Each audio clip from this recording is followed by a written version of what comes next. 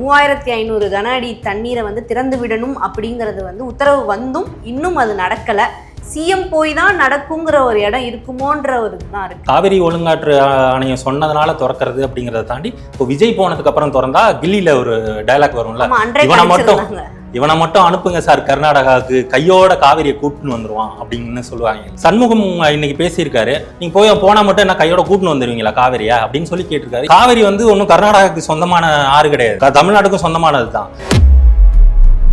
தமிழ் தாய் வாழ்த்தையை இப்போ இருக்கிற தாவேக அரசு வந்து 3வது இடத்துக்கு தள்ளுறது அப்படிங்கிறது வந்து அது ஆளுநரோட முடிவு.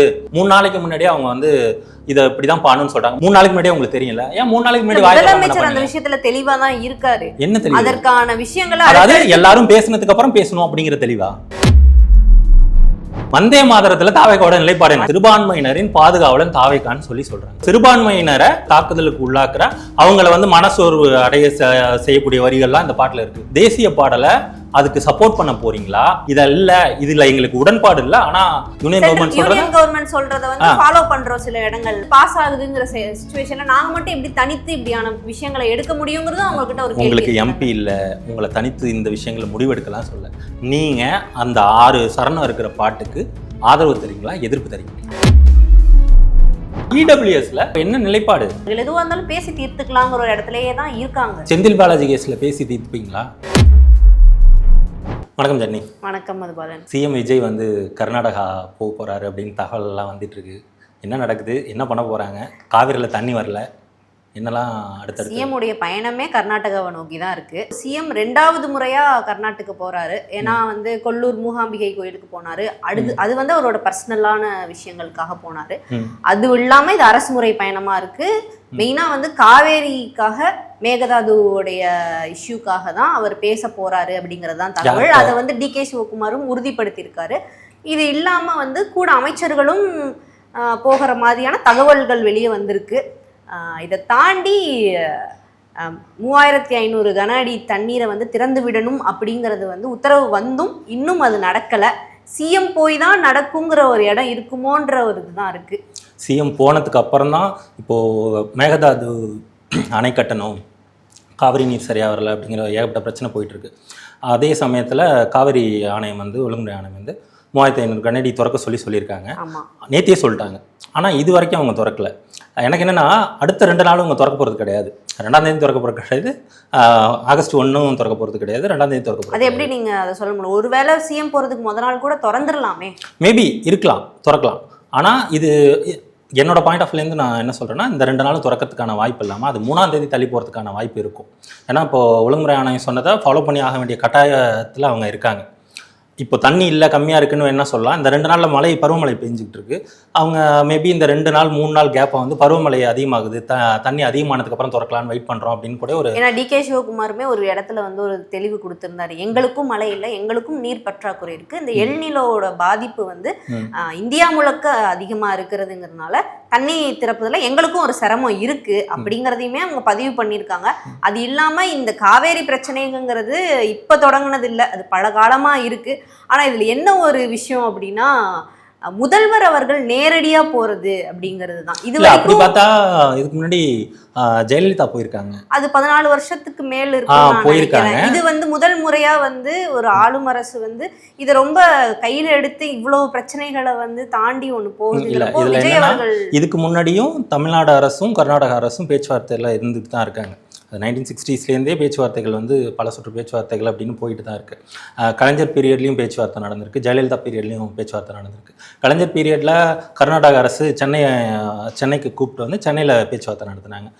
ஜெயலலிதா காலத்தில் 2012 நினைக்கிறேன் உச்சநீதிமன்றம் வந்து 2 பேர் பேசி ஒரு முடிவுக்கு வாங்க அப்படின்னு சொன்னதுக்கப்புறம் ஜெயலலிதா வந்து இதுக்கு கர்நாடகா போகிறாங்க. பேச்சுவார்த்தையில் எந்த உடன்பாடும் எட்டப்படல. இது இப்படியே தான் கண்டினியூ ஆகிட்டு இருக்கு. ஆனால் இவங்க போகும்போதும் கலைஞர் ஆட்சி பீரியடில் பேசினப்பவும் சரி, ஜெயலலிதா ஆட்சி பீரியடில் பேசினப்பவும் சரி, இந்த பிரச்சனைகள் வந்து தண்ணீர் வந்து திறக்கப்படுறதுக்கு முன்னாடி ரொம்ப முன்னாடியே பேசப்பட்டிருக்கும். அப்படி இல்லைன்னா தண்ணீர் திறக்கப்பட்ட அப்புறம் இவங்க கம்மியாக திறந்துருக்காங்க அப்படிங்கிற இடத்துலேருந்து அணுகிற மாதிரியான சூழலாக தான் இருந்திருக்கு. ஆனால் முறையாக வந்து தண்ணி திறக்கப்படவே இல்லை, தண்ணி வரவே இல்லை. இங்கே காவிரியில் தண்ணி வரலன்னு விவசாயிகள் போராட்டம் பண்ணிட்டு இருக்காங்க. மேகதாது அணை கட்டுவோன்னு அங்கே அவரு டிகே சிவகுமார் ஒத்த காலில் நிற்கிறாரு. பிரச்சனை வந்து ரொம்ப சீரியஸாக போயிட்டு வந்து பயங்கர வறட்சியில் நிற்கிது இந்த இடத்துல. ஆமாம், நிலத்தடி நீரே குறை இறங்கியிருக்கு அப்படின்னு சொல்லிலாம் சில அறிக்கைகள் வந்து சொல்கிறாங்க. அறிவியல் ஆய்வாளர்கள்கிட்டேருந்து தகவல் வருதா நியூஸில் நம்ம நிறையா பார்த்துட்ருக்கோம். அப்படி இருக்கும்போது விவசாயிகள் போக வேணான்னு சொல்கிறாங்க. தமிழ்நாட்டில் இருக்கிற தாவேக்காவை தவிர்த்த மீது எல்லா கட்சிகளுமே அங்கே போக வேணான்னு சொல்கிறாங்க. கூட்டணி கட்சிகளும் போகாதீங்க, அது நமக்கு சாதகமான சூழலை உருவாக்காது அப்படின்னு சொல்கிறாங்க. சொல்லியும் இவர் மீறி போகிறாரு அப்படிங்கிறதுனால தான் நான் ஃபஸ்ட்டு சொன்ன அந்த இடத்துக்கு வரேன். எதனால 3ஆம் தேதி ஓபன் பண்ண போறாங்க அப்படின்னா, இவங்க ஒரு இடத்துல நினைக்கலாம்ல, எதுவா இருந்தாலும் பேசி தீர்க்கக்கூடிய விஷயமா இருக்கிறதுனாலதான் அவர் போராட்டங்களே எடுக்க வேணாம்னு பல விஷயங்கள் இடத்துல சொல்லிட்டு 60-70 வருஷமா இந்த பேச்சுவார்த்தை தொடர்ந்து நடந்துகிட்டு தான் இருக்கு. இப்போ விஜய் போய் பேசுறதுனால அந்த பிரச்சனைகள் எதுவும் முடிவுக்கு வரும். ஒருவேளை முடிவுக்கு வந்தது அப்படின்னா இல்ல, முடிவுக்கு வராது. தண்ணி திறக்கப்படலாம், அதுல எந்த இதுவும் இல்லை. ஏன்னா ஆல்ரெடி ஒழுங்குமுறை ஆணையம் வந்து தண்ணி திறக்க சொல்லி உத்தரவிட்டு இருக்காங்க. கர்நாடகாவுக்கு வேற வழி கிடையாது, திறந்துதான் ஆகணும். அவங்க இப்ப தண்ணி இல்லைன்னு சொல்லலாம், ஆனா தண்ணி எப்படியும் பருவமழை பெஞ்சிக்கிட்டு இருக்கு, தண்ணி ஏற போது அவங்க திறக்க தான் போறாங்க. கடந்த முறை இந்த நேரம் தண்ணி வந்துருச்சு, எல்லா மாவட்டங்களுக்குமே தண்ணி பகிரப்பட்டிருந்தது. தண்ணி வந்து இந்த முறை வறட்சி தான். இல்ல, மழை பொழிவு இல்லைங்கிறதும் ஒரு காரணம் தான். ஆனா வந்து அவங்கள்ட்ட இப்போ இருக்கிற தண்ணி அளவுல நம்மளுக்கு நார்மலா நீங்க முழுசா கொள்ளளவு வந்ததுக்கு அப்புறம் திறந்து விடுவோம் அப்படிங்கிறதுல எந்த லாஜிக்கும் இல்லை. உங்களுக்கு இப்போ இருக்கிறதுல நீங்க எங்க குறுவை சாகுபடி பாதிக்கப்படுது, குடிநீர் தேவைகளுக்கு அதிகமான நீர் தேவைப்படுது அப்படிங்கிற இடத்துல திறக்கணும் அப்படிங்கிறது தான். இந்த 3 நாள்ல மழை தண்ணி அதிகமாகவும் நீர்மட்டம் உயர்றதுக்கான வாய்ப்புகள் அதிகமா இருக்கு. இப்போ காவிரி ஒழுங்காற்று ஆணையம் சொன்னதுனால திறக்கிறது அப்படிங்கிறத தாண்டி இப்போ விஜய் போனதுக்கு அப்புறம் திறந்தா கில்லியில ஒரு டைலாக் வரும்ல, இவனை மட்டும் அனுப்புங்க சார் கர்நாடகாவுக்கு, கையோட காவிரியை கூட்டுன்னு வந்துருவான் அப்படின்னு சொல்லுவாங்கல்ல, அந்த மாதிரியான டோனுக்கு எடுத்துட்டு போறதுக்காகவே ஒரு ப்ரொபகண்டா ஸ்பேஸ்லயோ இல்ல அட்வர்டைஸ்மென்ட் அதை அப்படி பார்க்க வேண்டிய சூழல் இருக்குங்கிறேன். நீங்க வந்து இப்போ நீங்க நேத்தி சொல்லியிருக்காங்க ஒழுங்காற்று, நீங்க நேத்தி திறக்கல, இன்னைக்கு திறந்துருக்கணும். ஒருவேளை சனிக்கிழமை ஞாயிற்றுக்கிழமைக்குள்ள இது திறந்துருந்தாங்கன்னா இப்போ நம்ம சொல்ற பாசிபிலிட்டிஸ்ங்கிறது வந்து இல்லை. ஆனால் அது சனி ஞாயிறுல திறக்கப்படாமல் திங்கட்கிழமைக்கு அப்புறம் விஜய் போனதுக்கு அப்புறம் அதை திறக்க போறாங்க அப்படின்னா அது கண்டிப்பா அதுக்கான நான் சொல்றதுக்கான பாசிபிலிட்டிஸ் இருக்குதானே, அதை தவிர்க்க முடியாது. இல்லை, இப்போ நீங்க சொல்ற இடத்துல இருந்து பாக்குறப்போ ஆல்ரெடி காங்கிரஸும் தாவேக்காவும் ஒரு நட்பு உறவுல தான் இருக்காங்க. இது சொல்லி வச்சு நடக்குதுங்கிறத சொல்ல. ஆமா இல்லைன்னா சொல்லுவீங்க, 2 பேரும் நட்பு சக்திகள். விஜய் பல இடங்கள்ல வந்து விஜயுடைய ஜனநாயகன் போஸ்டரை கிழிக்கிறாங்க, பல போராட்டங்கள் நடந்துட்டு இருக்கு. அது வந்து அதெல்லாம் எப்படி பாக்குறது? இப்போ கர்நாடக அரசுக்கு எதிராக இங்க காவிரியில வந்து இப்ப போராட்டம் நடக்கல, தண்ணி திறந்து விடுங்கன்னு சொல்லி இங்க உள்ள மக்கள் ஒரு போராட்டம் நடத்துற மாதிரி அங்க உள்ள ஒரு மக்கள் போராட்டம் நடத்துறாங்க. ஆனா அங்க விஜய் பட போஸ்டர் கிழிக்கிறாங்க, ஆனா விஜய் வரத்துக்கு பெயிண்ட் அடிச்சிட்டு இருக்காங்கல்ல. அது ஒண்ணு நடக்குது இல்ல, கவர்மெண்ட் ஒண்ணு பிளான் பண்ணி ஒரு இது பண்றாங்க அப்படிங்கும்போது அதுக்குள்ள வந்து ரெண்டு கவர்மெண்ட்டும் ஒரு இணக்கமான சூழலை கொண்டு போறதுக்கு. ஆனா இது 2 பேருக்கும் ஒரு பொதுவான ஒரு அடுத்த டேக் ஆஃப் எடுத்து அங்கதான் பிரச்சனை இருக்கு. அப்படி பொதுவான டேக் ஆஃபா இது எடுக்காது. இவங்க வேணா அதிகபட்சமா விஜய் போனதுக்கு அப்புறம் தண்ணி திறந்து விடலாம், அவ்வளவுதான். இப்ப விஜய் போறது வந்து தமிழ்நாடு பல பேர் பேசிட்டு இருக்காங்க, அமைச்சரவையில காங்கிரஸ் இருக்காங்க, காங்கிரஸ் அமைச்சர்களுமே இதை பத்தி வந்து தெளிவா பேசாமே இருக்காங்க, தண்ணீர் வேணுங்கிறத பேசாமே இருக்காங்க தமிழ்நாட்டுல. இல்ல இப்போ அதுதான், இப்போ என்னன்னா இவர் போயிட்டு வர்றதுனால தண்ணி கிடைச்சிருமானா தண்ணி கிடைச்சிரும், இவர் போறதுனால கிடைக்குது அப்படிங்கிறத தாண்டி காவிரி ஆணையம் தண்ணி திறக்க சொல்லிட்டாங்க, திறந்தாக வேண்டிய கட்டாய சூழல் இவங்களுக்கு இருக்கு. ஈவன் விஜய் போய் ஒரு புஷ் கொடுக்குறாரு அப்படிங்கிற ஒரு சிஎம் வந்து பேசுறாரு அப்படிங்கும்போது அவங்க திறந்து விடுறாங்கன்னு கூட ஆகணும். அதையே நம்ம அது ஒரு கிரிட்டிசிசம் அதை தான் சொல்றேன். நீங்க தண்ணி திறந்து விடுறத பத்தி மட்டும் பேசுறீங்க, ஆனா அங்க மேகதாது அணையை கட்டணுங்கிற ஒரு இது குறிக்கோள் இருக்குல்ல அவங்களுக்கு. இவர் போறது வந்து அந்த அவங்களுக்கு வந்து அந்த அப்பர் ஹேண்ட் எடுக்கிறதுக்கான சூழலை உருவாக்குங்கிறது தான் தமிழ்நாட்டில் இருக்கிற அத்தனை பேரோட இதுவும். எல்லாரும் சொல்றதும் போகாதீங்க அப்படின்னு சொல்றதுக்கு ரீசன் வந்து அவங்க மேகதாது அணை கட்டுறதுக்கு நீங்க போனீங்கன்னா அது அவங்களுக்கு வந்து ஒரு ஃபேவர் பண்ற மாதிரியான கூடிய நட்பு கூட்டணிகளுக்கும் இது தெரிஞ்சுதான். ஆனா ஏன் அதை இன்னும் ரொம்ப ஃபோர்ஸ்ஃபுல்லாவே சொல்லாம தானே இருக்காங்க? அப்ப விஜய் மட்டும் என்ன பண்ணுவாங்க? என்ன ஃபோர்ஸ்ஃபுல்லா சொல்லணும்? சண்முகம் இன்னைக்கு பேசியிருக்காரு, நீங்க போனா மட்டும் என்ன கையோட கூட்டின்னு வந்துருவீங்களா காவேரியா அப்படின்னு சொல்லி கேட்டிருக்காரு. இதுக்கு மேல என்ன ஃபோர்ஸ்ஃபுல்லா உங்களுக்கு சொல்லணும்? எப்படி சொல்லணும்னு எதிர்பார்க்குறீங்க? வேற எப்படி சொன்னா அது ஃபோர்ஸ்ஃபுல்லா இருக்கும்? அவர் ஆட்சி அமைச்சிருக்காரு, அவருக்கு சாதகமாக எல்லா சூழலும் இருக்கிறப்போ அவர் அந்த சூழலை பயன்படுத்தி அதற்கான அரசியல் ஆதாயத்தை தேடுறதுல என்ன தவறு இருக்கு? அரசியல் ஆதாயத்தை தேடிக்கிட்டோம், அது மூலயமா அவர் பலன் அடைஞ்சுக்கிட்டோம், அதை பத்தி எந்த கவலையும் கிடையாது. இவர் போய் தான் நான் தண்ணி கொண்டு வந்தேன்னு கூட சொல்லிக்கிட்டோம். அதனால எந்த சிக்கலும் யாருக்கும் கிடையாது. தண்ணி கொண்டு வரட்டீங்களா, அது போதுங்கிறது தான். ஆனா நீங்க போறதுனால தண்ணி வந்துருங்கிறது ஓகே. ஆனா நீங்க போறதுனால அவங்களுக்கு மேகதாது அணை கட்டுறதுக்கான வாய்ப்பும் பிரகாசமாகுது. அந்த இடம் வந்து ஆகஸ்ட் 3 அவர் போய் அங்க பேச்சுவார்த்தை நடத்தி வெளியே வரப்போதான் இது என்ன மாதிரியான இடத்துல நகருங்கிறத நம்ம பார்க்கலாம். அவர் பேசினாலும் அது இது பண்ண போறதில்ல. அதுக்கப்புறமான அடுத்தடுத்து நகர்வுகளை வச்சுதான் வந்து இது பண்ண முடியும். மொத்தத்துல இதே போல அவர் 3ஆம் தேதி சிஎம் வந்து கர்நாடகா போறாரு, 3ஆம் தேதி உதயநிதி ஸ்டாலின் வந்து தஞ்சாவூர் போறாருன்னு நினைக்கிறேன். அவங்க தஞ்சாவூர்ல வந்து டெல்டா விவசாயிகளோட போராட்டம் மக்களுக்காக நீங்க குரல் கொடுக்க போறீங்க அப்படின்னா மக்கள் போக வேணாம்னு தானே சொல்றாங்க. உங்களை தேர்ந்தெடுத்த மக்கள் தானே சொல்றாங்க. விவசாயிகளுக்கு வந்து நாங்க எல்லா இதுவும் பண்ணுவோம். ஒரு நெல் கொள்முதல் நிலையத்தில் 5 ரூபாய் கொடுத்தா போய் பிடிப்பேன், 10 ரூபா கொடுத்தா பிடிப்பேன் அப்படின்னு சொல்லி பிடிக்கிறீங்க. அவ்வளோ நேர்மையா இருக்கீங்க, அவ்வளோ விவசாயிகளுக்கு பண்றீங்க அப்படின்னா விவசாயிகள் சொல்றத ஏன் காது கொடுத்து கேட்க மாட்டீங்க? விவசாயிகள் தானே வேணாம்னு கேட்கலங்கிறதையுமே அவங்க மறுக்கல.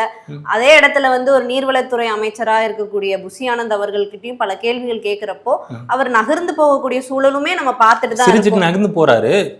இது வந்து நோ கமெண்ட்ஸ், சிரிச்சுட்டு போறது, அதை பார்த்துட்டு வந்து அடுத்து தலைவர் சொல்லுவாருங்க அப்படின்னு சொல்லிட்டு போறதெல்லாம் வந்து ஒரு தலைமை தொடர்ந்து கட்டுப்பட்டு இருக்கிறது எதுவும் தவறு இருக்கு. அப்புறம் எதுக்கு அமைச்சரா இருக்கீங்க? தலைவரே சொல்லிப்பாரு. தலைவரே அமைச்சரா 34 அமைச்சரையும் அவரே வச்சுப்பாரு. நீங்க எதுக்கு அமைச்சரா இருக்கீங்க? நீங்க சொல்லணுங்கிற கட்டாயம் கிடையாது. ஆனா அடிப்படையா ஒரு மக்கள் வந்து உங்க மக்கள் தெரிஞ்சுக்கணும்னு நினைக்கிற கேள்வியை ஒருத்தங்க கேட்கறாங்க, ஒரு பத்திரிகையாளர் கேட்கறாங்கன்னா அதுக்கு பதில் சொல்றதை விட உங்களுக்கு என்ன, நீங்க வந்து கான்ட்ரோவர்ஷியலா ஏதோ போறாங்க அப்படின்னு சொன்னா நீங்க அதுல பதில் சொல்ல வேணாம். அதையும் பதில் சொல்லி தான் ஆகணும். ஆனா அதுல பதில் சொல்லாம நீங்க போறதுல கூட ஒரு லாஜிக் இருக்கு.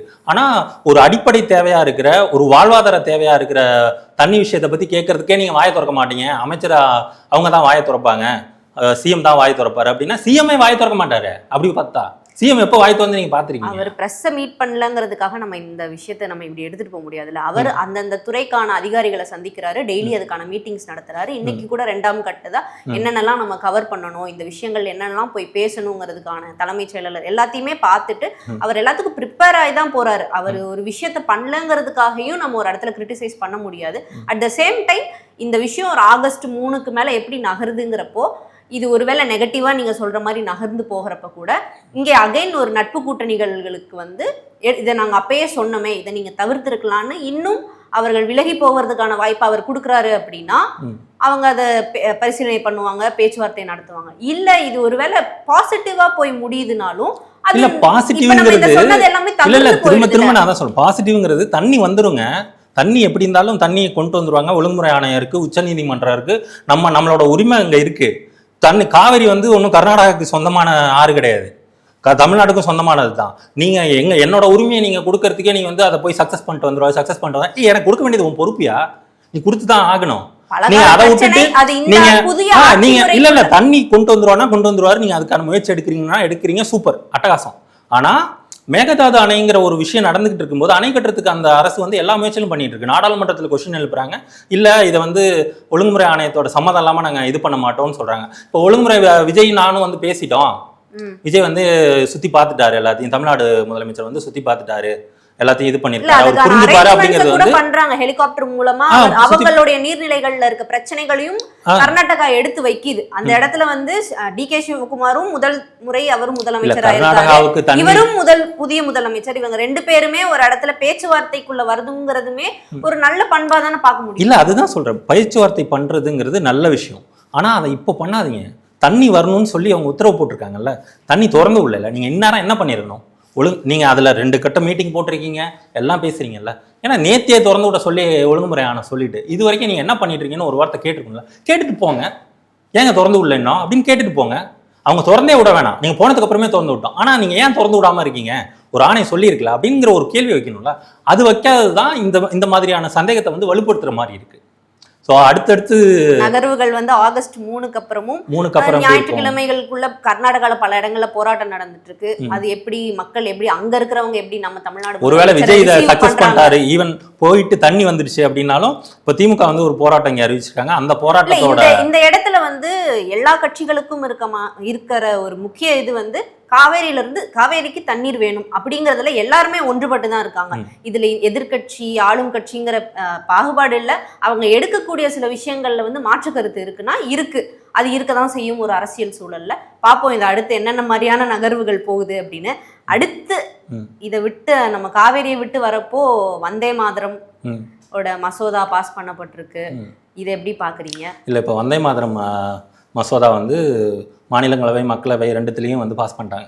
ஏன்னா அதுக்கு வந்து சிம்பிள் மெஜாரிட்டி போதும், ஸ்பெஷல் மெஜாரிட்டி தேவையில்ல அப்படிங்கிறதுனால நீங்கள் சொன்னால் நீ சப்போர்ட் பண்ணால் பண்ணலைன்னா என்கிட்ட மெஜாரிட்டி இருக்கு, நான் அதை நிறைவேற்றுக்குள்ள வராமே ஒரு அப்படிங்கிறத சொல்லியிருக்காங்க. சொன்ன உடனே தான் கனிமொழி எம்பி வந்து சொல்லியிருக்காங்க, நீங்கள் ஏன் ஒரு இதே விவாதத்துக்குள்ளேயே வரமாட்டீங்க, விவாதம் பண்ணிட்டு நீங்கள் அதுக்கப்புறம் இது பண்ண வேண்டியதானே அப்படின்னு சொல்லி கேட்டிருக்காங்க. திமுக சைட்லேருந்து பயங்கரமாக அதுக்கு எதிர்ப்பு தெரிவிச்சு. திமுக சைடு வந்து அது ஒரு கட்சியாக மட்டும் அவங்க ரெப்ரசென்ட் பண்ணாமல் அவங்களுடைய கொள்கையில ரொம்ப தெளிவாக இருக்கிறது வந்து அவங்க ரொம்ப எவிடென்ட்டாகவே இந்த விஷயத்தில் காமிச்சிருக்காங்க. அவங்க பேசும்போதும் சொல்லியிருந்தாங்க, இப்போ நீங்கள் வந்தே மாதரம் பாடலை அவமதிப்பு இதுக்குள்ளே கொண்டு வரீங்க அப்படின்னா வந்து நீங்கள் ஒரு இந்துத்துவ இதை நோக்கி நகர்றீங்க, அதுக்கு ஃபேவர் பண்ற மாதிரி தான் இந்த இது இருக்கு அப்படின்னு சொல்றாங்க. அப்ப அதே இடத்துல தமிழ் தாய் வாழ்த்துமே பிரச்சனையா தானே இருக்கு தமிழ்நாடுல. தமிழ் தாய் வாழ்த்து என்ன பிரச்சனையா இருக்கு? தமிழ் தாய் பாடக்கூடிய இடங்கள் வந்து 3வதா இருக்கு, இல்ல கடைசியா தள்ளப்படுது. அது ஒரு காலேஜ்ல ஒரு யூனிவர்சிட்டியில வந்து பல்கலைக்கழகத்துல இல்ல. இப்போ வந்தே மாதரம்ல என்ன பிரச்சனை அப்படின்னா, வந்தே மாதரத்துல மொதல் 6 சரணம் இருக்கிறதா சொல்றாங்க. அந்த 2 சரணத்துல வந்து இந்தியாவோட அமைதி வளம் வளர்ச்சி இது பத்தின ஒரு சூழலியல் அமைப்பு அப்படிங்கிறத நோக்கி இருக்கு, அப்படி இருக்கு. ஆனா அடுத்த 4 சரணங்கள்ல வந்து அது வந்து பன்முகத்தன்மையை இழக்கிற மாதிரியான இதா இருக்கு, இஸ்லாமியர்களுக்கு எதிரான கருத்துக்களை கொண்ட மாதிரியான மதத்திற்கு எதிரான அப்படிங்கிற இது இருக்கு அப்படின்னு சொல்லி ஆராசா எம்பி உட்பட நிறைய பேர் அதை பேசியிருக்காங்க. இப்போ பிரச்சனைங்கிறதே அதுதான். இப்போ தமிழ் தாய் வாழ்த்து நீங்க இங்க இது பண்றோம் அப்படின்னா, தமிழ் தாய் வாழ்த்துல ஆரியம் போல் வழக்கொழிந்தா அப்படின்னு ஒரு வரி வந்ததை வந்து கலைஞர் வந்து ரிமூவ் பண்றாரு. ஆரியம் போல் வழக்கொழிந்தன்னு ஒரு இன்னொரு ஒரு இனத்தையோ இல்ல ஒரு மொழியையோ வந்து அடுத்து தனித்து வச்சு பார்க்காதங்கிறது அடுத்த டவுன் பண்ற ஒரு வாக்கியம் வந்து வேணாம் அப்படின்னு சொல்லிட்டு தான் அந்த வரிகளை தூக்கிட்டு தான் தமிழ் தாய் வாழ்த்து பாடப்படுது.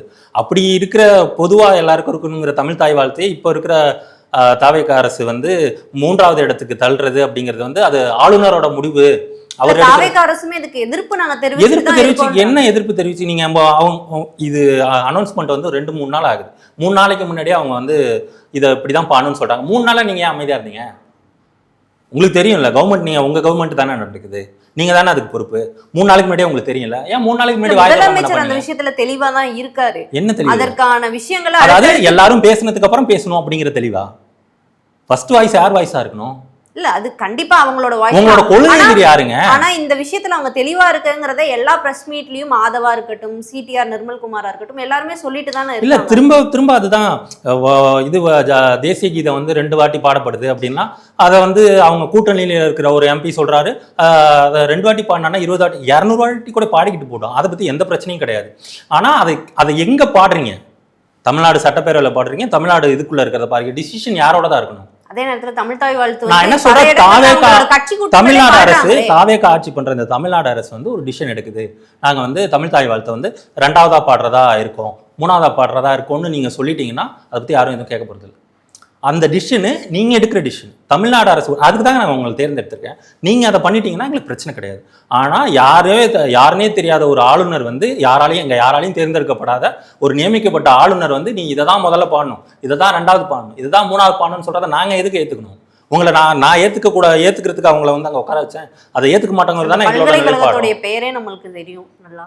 மனோன்மணியன் சுந்தரனார் பல்கலைக்கழகம் அங்க போய் நீ தமிழ் தாய் வாழ்த்தை வந்து 3வதா பாடுறீங்கன்னா என்ன நியாயம் இருக்கு இதுல?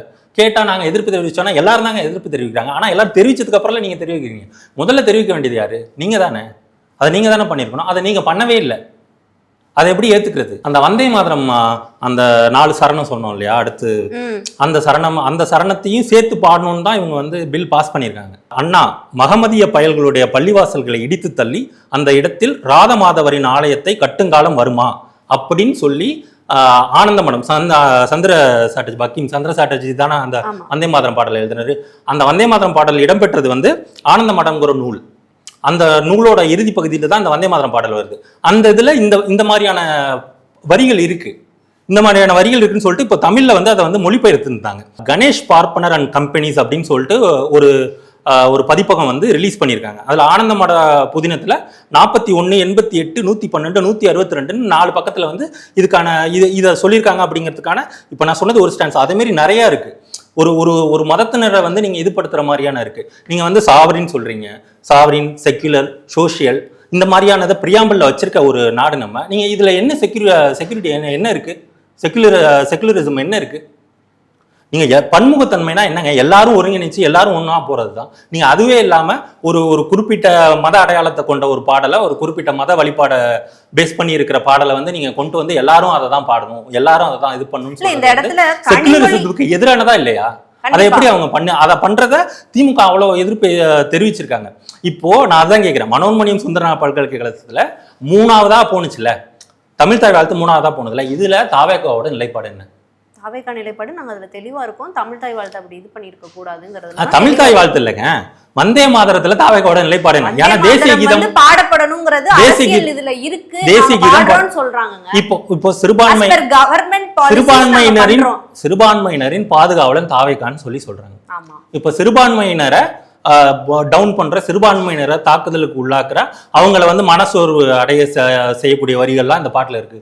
இப்போ நீங்க தேசிய பாடலை அதுக்கு சப்போர்ட் பண்ண போறீங்களா? அது பாடிதான் ஆகணும், அவங்க ஒரு இது பாஸ் பண்ணிட்டாங்கன்னு வச்சுங்க. இதை நீங்க இப்போ சப்போர்ட் பண்ண போறீங்களா? இதை இல்ல, இதுல எங்களுக்கு உடன்பாடு இல்லை, ஆனா இவங்க பில் பாஸ் பண்ணிட்டாங்க அப்படிங்கறத நாங்க அத பண்றோம். இருந்துச்சுன்னா அவங்க அங்க வந்து அவங்களோட எதிர்ப்பு குரலை தெரிவிச்சு நீங்க உங்களுக்கு எம்பி நீங்க தனிப்பட்ட ஸ்டேட்டுக்குள்ள கொண்டு வரப்போ ஸ்டேட்ல அவங்க வந்து இல்ல கவர்மெண்ட் பாலிசி படி தானங்க போறாங்க. முடிச்சுக்கிறேன். உங்களுக்கு எம்பிஸ் இல்ல, அது புரியுது. நீங்க அங்க போய் குரல் கொடுக்க தேவையில்லை. தேவையில்லைங்கிறது மீன்ஸ் உங்களால கொடுக்க முடியாது, அதனால அதை பண்ணலைங்கிறது ஒத்துப்போம். நான் சொல்றது தமிழ்நாட்டில் நீங்க இப்ப பாடணும்ல, சட்டப்பேரவையில் உட்காந்து தேசிய கீதம் 2 வாட்டி பாடணும், அதுக்கப்புறம் தமிழ் தாய் வாழ்த்துலாம் பாடணும்ல. இப்போ சேம் பேட்டர்ன் தான் நான் கேட்குறேன். இப்போ தேசிய கீதம் பாடுற மாதிரி இப்போ தேசிய பாடலையும் நீங்கள் தமிழ்நாட்டில் வந்து பாடுறதுக்கான அனுமதியை வந்து எப்படி கொடுப்பீங்க? அந்த 6 வரியையும் அந்த 6 சரணத்தையும் சேர்த்து சிறுபான்மையினருக்கு எதிராக இருக்கிற அந்த பாடல் தான் நீங்கள் பாட போறீங்களா? ஈவன் இது வந்து இஸ்லாமியர்களை வந்து நேரடி அட்டாக் பண்ற மாதிரி மற்ற எல்லா சிறுபான்மையினருக்குமே சொல்றேன், மற்ற எல்லா மதத்தினருக்குமே அது எதிரானது தான் சொல்றேன். ஏன்னா ஒவ்வொருத்தருக்கும் வழிபடுறதுக்கான எல்லா இதுவும் இருக்கு. இறையாண்மைனா என்ன? எல்லாருக்கும் அவங்களோட இதுக்கு உரிமை இருக்குல்ல, நீங்க அதை மறுக்கிறீங்கன்னு சொல்றேன். நம்ம பிரியாம்பல் படியே அகைன்ஸ்டா இருக்கு. இந்த நேத்து நடந்திருக்கு. தாவேகா அவர்களுடைய நிலைப்பாடு என்னன்னு ஒரு இதா பேசி அவர்கள் 3 நாள் 5 நாள் ஆயிடும் இல்லையா? இல்ல அப்படி சொல்ல முடியாது. அடுத்த நிகழ்வுகள் அவங்க விஷயங்கள் அடுத்தடுத்து இல்ல எல்லா பிரச்சனைகளுமே தாவேகா அரசு ஆட்சி அமைச்சதுல இருந்து எல்லா பிரச்சனைகளுமே ஒரு புதிய கட்சி எம்பி சீட்ஸ் கிடையாது. அவங்க வந்து இந்த மாதிரியான விஷயங்களை வந்து கொண்டுட்டு வரப்ப கவர்மெண்ட் என்ன சொல்லுதோ அதை சில இடங்கள்ல ஃபாலோ பண்றோம் அப்படிங்கிறது தெளிவு. யூனியன் கவர்மெண்ட் சொல்றத வந்து ஃபாலோ பண்றோம் சில இடங்கள்ல. யூனியன் கவர்மெண்ட் சொல்றத தாவேகா அரசு ஃபாலோ பண்ணுதுன்னு சொல்றீங்க. எல்லா மாநிலங்களும் அதை அக்செப்ட் பண்ணுதோ, அது வந்து பாஸ் ஆகுதுங்கிற சிச்சுவேஷன்ல நாங்க மட்டும் எப்படி தனித்து இப்படியான விஷயங்களை எடுக்க முடியுங்கிறது அவங்க கிட்ட ஒரு கேள்வி. உங்களுக்கு எம்பி இல்ல, உங்களை தனித்து இந்த விஷயங்களை முடிவெடுக்கலாம் சொல்ல. நீங்க அந்த 6 சரணம் இருக்கிற பாட்டுக்கு ஆதரவு தரீங்களா, எதிர்ப்பு தரீங்களா? நீங்க அத பாட தாவேகால இருக்கிறவங்க சொன்னாதாங்க தெரியும். அததான் சொல்றேன். நீங்க இப்ப நேத்தி முடிஞ்சிடுச்சு, 2 அவைகள்லையும் தாக்கல் பண்ணி இது பில் பாஸ் பண்ணிட்டாங்க. இப்போ நீங்க வாய் திறக்கிறதுக்கு இன்னும் ஒரு 4 நாள் ஆகும், 5 நாள் ஆகும். இந்த இடத்துல வந்து திமுக மட்டும்தான் இதற்கான பேசுறையும் எதிர்ப்பு குரலையும் வந்து பயங்கர கணீர்னு இது பண்ணியிருக்காங்க. இதுல காங்கிரஸ் வந்து இவங்களுடைய நட்பு கூட்டணியா இருக்காங்க. அவங்களுமே தமிழ்நாட்டுல அவங்க அமைச்சரவையில் இடம்பெற்றிருக்காங்க. அவர்களும் என்ன சொல்றாங்கிறதுமே இன்னும் தெரிய வரல. தாவேகா அரசும் அதுக்கான நிலைப்பாடை கூடிய விரைவில் அதுக்கு அறிவிப்பாங்கன்னு இல்ல. தமிழ்நாடு வந்து காங்கிரஸ் எப்போதும் நம்பல, அதனால காங்கிரஸ் என்ன சொல்லுதோ அது அவங்களோட பிரச்சனை. அவங்க சொல்லிட்டு அவங்க என்ன கருத்து சொன்னாலும் அதுக்கு தமிழ்நாட்டு மக்கள் வந்து செவிசாய்க்க போறதும் இல்லை, உடன்பட போறதும் இல்லை. தாவேகா அரசு தான் மக்கள் தேர்ந்தெடுத்தாங்க. தாவேகா அரசுக்கு தான் நாங்கள் ஓட்டு போட்டிருக்கோம். தாவேகா அரசு என்ன பதில் சொல்ல போகுது, இதுல என்ன நிலைப்பாடு எடுக்க போகுதுங்கிறது தான் எங்களுக்கு முக்கியமே. காங்கிரஸ் என்ன முடிவெடுக்க போகுதுங்கிறது எங்களுக்கு முக்கியமே கிடையாது. எங்களுக்குன்னா தமிழ்நாட்டு மக்களுக்கு அது முக்கியமே கிடையாதுன்னு நான் சொல்றேன். இப்போ இதை விட்டுட்டு இன்னொரு பிரச்சனைக்கு போவோம். இதே டோன்லயே வருது. என்னன்னா நீட், இடபிள்யூஎஸ் இதுக்கு எதிராக வந்து வாகன பேரணி நடத்துறதுக்கு வந்து திராவிடர் இயக்கம் வந்து பர்மிஷன் கேட்டிருந்தாங்க. ஆமா, அந்த பர்மிஷன் வந்து அவங்க ஒரு 13 நாளைக்கு முன்னாடியே பர்மிஷனை வந்து டிஜிபி ஆஃபீஸில் வந்து கேட்டிருக்காங்க. அப்போ அங்கேருந்து என்ன ஒரு ஆர்டர் வருது அப்படின்னா, நீங்கள் எதன் வழியாகலாம் போகிறீங்களோ அங்கே இருக்க போலீஸ் ஸ்டேஷனில் நீங்கள் இன்ஃபார்ம் பண்ணிவிடுங்க அப்படிங்கிற மாதிரியான ஒரு தகவல் வந்ததாக சொல்லப்படுது.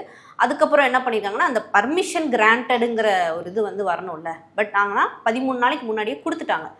அதுக்கான தேதியும் இந்த தேதியில தான் நாங்கள் போகிறோங்கிறதையும் சொல்லிட்டாங்க. கரெக்டாக தேதிக்கு முதல் நாள் நாளைக்கு அவங்க போராட்டம் போகிறாங்க, பேரணி போகிறாங்க அப்படின்னா இன்னைக்கு வந்து இல்லை நாட் அலவுட் அப்படிங்கிற மெசேஜ் வருதுங்கிறப்போ அவங்களுக்கு ரொம்ப ஷாக் ஆகுது. நீட்டும் இடபிள்யூஎஸும் தமிழ்நாடு என்றைக்குமே வந்து அது ஒரு இடத்துல ஆதரிக்கலை. அதற்கான விஷயங்கள் எப்பயுமே பேசு பொருளாகவே இங்கே இருந்துருக்கு. இல்லை இப்போ இதில் நீட் வந்து தாவேக்காவோட அரசு வந்து எதிர்க்குதானா? ஆமாம், எதிர்க்குது. எங்களுக்கு அதில் நீட் பேன் நீட்டுங்கிறது அவங்களோட நிலைப்பாடும். தமிழ்நாடு அரசா எந்த கட்சி வந்தாலும் அந்த கட்சிக்கு வந்து பேன் நீட்டுங்க தான். தாவேக்கா அரசும் பேன் நீட்டில் தான் உறுதியாக இருக்காங்க. அப்படிதான் அவங்களோட செயல்பாடுகளும் இருக்கு. அதை எல்லாருமே இது பண்ணுவோம். இடபிள்யூஎஸ்ல இப்போ நம்ம வந்தே மாதத்துக்கு கேட்ட மாதிரி இடபிள்யூஎஸ்ல தாவேக்காவோட நிலைப்பாடு என்ன? 2 அமைச்சர்கள், பார்ப்பன அமைச்சர்கள் வந்து உள்ள இருக்காங்க. அப்போ அதனால இது வந்து இன்னும் முக்கியத்துவம் பெறுதுன்னு சொல்றேன். இடபிள்யூஎஸ்ல அதுக்குள்ள சுருக்கிட முடியாது. அமைச்சர்கள் இருக்காங்கிறதுக்காக நம்ம அதுல மட்டுமே அதை எப்படி நம்ம சுருக்க முடியும்? சரி, அப்ப என்ன நிலைப்பாடு? நிலைப்பாடு அவர்கள் தான் சொல்லணும். என்னங்க எது கேட்டாலும் அவங்க தான் சொல்லணும், அவங்க தான் சொல்றது. கட்சி அவங்க நடத்துறாங்க. இல்ல ஆரம்பத்துல சொன்னீங்கல்ல, அமைச்சரை எது கேட்டாலும் வந்து தலைமை சொல்லுவாங்க. நீங்களும் அதே மாதிரியே சொல்லி எது கேட்டாலும் அவங்களே சொல்லுவாங்க. அவங்க எல்லாமே கொள்கை தலைவரா எல்லாத்தையுமே பேசுறாங்க. கொள்கை தலைவரா பெரியாரை வச்சிருக்கீங்க, பெரியார் திடலுக்குலாம் போயிட்டு வரீங்க, இது எல்லாம் பண்றீங்க. அப்படி இருக்கும்போது ஒரு போராட்டத்துக்கு வந்து முறையா அனுமதி கேட்டு அப்படிதான் நடத்துறதுக்கு தான் அவங்க பிளான் பண்றாங்க. அதுவும் இல்லாம இதுக்கு முந்தைய அரசுகள், அதிமுக அரசா இருந்தாலும் சரி, திமுக அரசா இருந்தாலும் சரி, அந்த அரசு ஆட்சி காலத்திலையும் கூட இவங்க வந்து இந்த பேரணி போயிருக்காங்க. திராவிட கழகம் இந்த மாதிரியான போராட்டங்களை எடுக்குமான்னு கேட்டா அது எல்லா காலங்கள்லயும் எல்லா அரசுகளும் அதுதான் தெரிவிச்சிருக்காங்க. இவங்க அதிமுக காலத்திலயும் போயிருக்காங்க, இந்த பேரணி போயிருக்காங்க. நீட்டுக்கு எதிரான எப்பயுமே நடக்கக்கூடிய திமுக காலத்திலயும் இந்த பேரணி போயிருக்காங்க. அப்படிங்கும்போது நீங்க அதுல பண்றதுக்கு உங்க கொள்கை தலைவர் நீங்க முதன்மைப்படுத்துற பெரியாரை தான் முதன்மைப்படுத்துறீங்க. நீங்க அந்த இயக்கத்துக்கு தான் நீங்க அந்த இயக்கத்தை சார்ந்த இடங்களுக்கு போறீங்க. அவங்களோட இதுல நியாயம் இல்லைன்னா கூட பிரச்சனை இல்லை. இடபிள்யூஎஸ்க்கும் நீட்டுக்கும் எதிரானது தான் தமிழ்நாடோட நிலைப்பாடு. உங்களோட நிலைப்பாடும் அதான் இருக்குன்னு தான் நாங்க நம்புறோம். அப்போ அவங்க பேரணி போறதுல இத்தனைக்கும் அமைதி இல்லாத எந்த விதத்திலயும் அவங்க வந்து ஒரு இடையூறு இல்லாத ஒரு பேரணி தான் பண்றாங்க. அதுக்கே உங்களால வந்து சப்போர்ட் பண்ண முடியலன்னா வேற எதுக்கு சப்போர்ட் பண்ணுவீங்க? போராட்டமே பண்ணக்கூடாது, பேசிக்கிட்டே இருக்கணும்னா இந்த கண்ணோட்டத்துல போராட்டம் ஒரு தீர்வு இல்ல, எதையா இருந்தாலும் பேசி சுமூகமா கொண்டு போகணுங்கிறது தான் இந்த அரசுடைய இதுவா இருக்குங்கிறது வந்து இந்த ஒரு 80 நாட்களுக்கு மேல சில விஷயங்கள் பாக்குறப்பே தெரியுது. அவர்கள் எதுவா இருந்தாலும் பேசி தீர்த்துக்கலாங்கிற ஒரு இடத்துலயே தான் இருக்காங்க. செந்தில் பாலாஜி கேஸ்ல பேசி தீர்த்துப்பீங்களா? ஏவாவேலுவ ஊழல்ல இது இருக்கு, பேசி தீர்த்துருவீங்களா? இல்ல கட்சி சார்ந்த அவங்களோட மேல் வைக்கக்கூடிய குற்றச்சாட்டுகளையும் இதையும் எப்படிங்க ஒரு இடத்துல கம்பேர் பண்ண முடியுது? இல்லங்க, ஒரு கவர்மெண்ட் தான் ஆக்ஷன் எடுக்குது. கவர்மெண்ட் தான் பேரணிக்கு பர்மிஷன் கொடுக்கணும். கவர்மெண்ட் தான் இவங்க மேல இருக்கிற லஞ்ச ஒழிப்பு, லஞ்ச புகார்களுக்கு அணுக போகுது. இப்போ இதையே நீங்க இங்க வந்து ஒரு அரசிட்ட தான் அனுமதி கேட்கறாங்க. அதை நீங்க பேசி தீர்த்துப்போம் அப்படின்னா இதையும் பேசி தீர்த்துருவீங்களா? இல்ல ஆக்ஷன் எடுக்கிறீங்கல்ல. யாரு லஞ்சம் ஊழல் பிரச்சனை இருங்க லஞ்சம் ஊழல் பிரச்சனை இருந்துச்சுன்னா ஆக்ஷன் எடுக்க வேண்டியது நியாயம். அதுல எந்த மாற்று கருத்தும் யாருக்கும் கிடையாது. அப்படி அங்க ஒரு ஆக்ஷன் உங்களால போல்டா ஒரு டிசிஷன் எடுக்க முடியல, ஏன் இதுல எடுக்க முடியல? ஒரு போராட்டம் தானே, அதுவும் அவங்க வந்து அவ்வளவு பேரை கூட்டிட்டு போறதுக்கே இல்ல. நீட் இடபிள்யூஎஸ்க்கு நம்ம வந்து ஒன்றிய அரசு எதிர்க்க கூடாத ஒரு மாநிலமா நம்ம இருக்கணுங்கிறத வந்து தாவேகா கட்டமைக்குதுன்னு நீங்க சொல்ல வரீங்க? ஆமா, தாவேக்கா வந்து இடபிள்யூஎஸ்க்கும் நீட்டுக்கும் எதிரானது தான். ஆனா அதை நான் வந்து ஓப்பனா பேசி மேல இருக்கிற ஒன்றிய அரசை பகச்சிக்க விரும்பல அப்படிங்கிற இடத்துல இருந்தே அவங்க அணுகுறாங்களோன்னு தோணுது. இல்ல அது அவங்க தான் நேரடியா வந்து கிளியர் பண்ணணும். ஆனா அவங்க அந்த மாதிரி இல்லைங்கிறதுல அவங்க வந்து இல்ல, எனக்கும் அவங்க வந்து நீட்டுக்கு எதிராக இருப்பாங்க, இடபிள்யூஎஸ்க்கு எதிராக இருப்பாங்கங்கிற நம்பிக்கை இருக்கு. அதுதான் தமிழ்நாடு மக்களோட விருப்பமும், அதை தாவேக்கா அரசும் முதலமைச்சர் விஜயும் செய்வாங்கங்கிற நம்பிக்கையும் எனக்கு இருக்கு. ஆனா அதை அவங்க தெளிவுபடுத்தினாதான் அதை முடிவுக்கு கொண்டு வர முடியும். அப்படிங்கிறதுனால அதை அந்த கேள்வியை எழுப்ப வேண்டியதா இருக்கு. கண்டிப்பா ஒரு போராட்டம்ங்கிறது வந்து அந்தந்த கட்சிகள் அவங்களுடைய நியாயமான கோரிக்கைகளை முன் வச்சுதான் அவங்க பர்மிஷனோட தான் பண்றாங்க, வித்தவுட் பர்மிஷன் பண்ணல. பட் எல்லாத்தையும் காலதாமதமா கடைசி நேரங்கள்ல வந்து ஒரு போராட்டத்தை வந்து கலைச்சு விடுறதும் பேரணிகளை கலைச்சு விடுறதுமான சூழல் வேண்டாங்கிறது எல்லாருமே வந்து சொல்றதா தான் பார்க்க முடியுது. பார்ப்போம் இதுக்கப்புறம் அவங்க தான் என்னென்ன மாதிரியான நகர்வுகளில் கொண்டு போகணும், போராட்டங்கள் நடக்குமா? ஏன்னா நம்ம இப்போ ஒரு வாரங்களுக்கு முன்னாடி தான் நம்ம இந்த நீட் போராட்டங்கள் பார்த்தோம். டெல்லி லெவலில் ஒழிச்சு தமிழ்நாட்டிலையும் வந்து பேன் நீட்டுங்கிறதுல ரொம்ப தெளிவா இன்னைக்கு வரைக்கும் பல ஆட்கள் வந்து எடுத்துட்டு போறாங்க. பார்ப்போம் அடுத்த வாரத்தில் விஜய் வந்து கர்நாடகா போறாரு, காவிரியை கையோட கொண்டு வராரா, அடுத்தடுத்து என்னென்ன பிரச்சனைகள் இருக்கு அப்படிங்கிறத பார்ப்போம். நன்றி.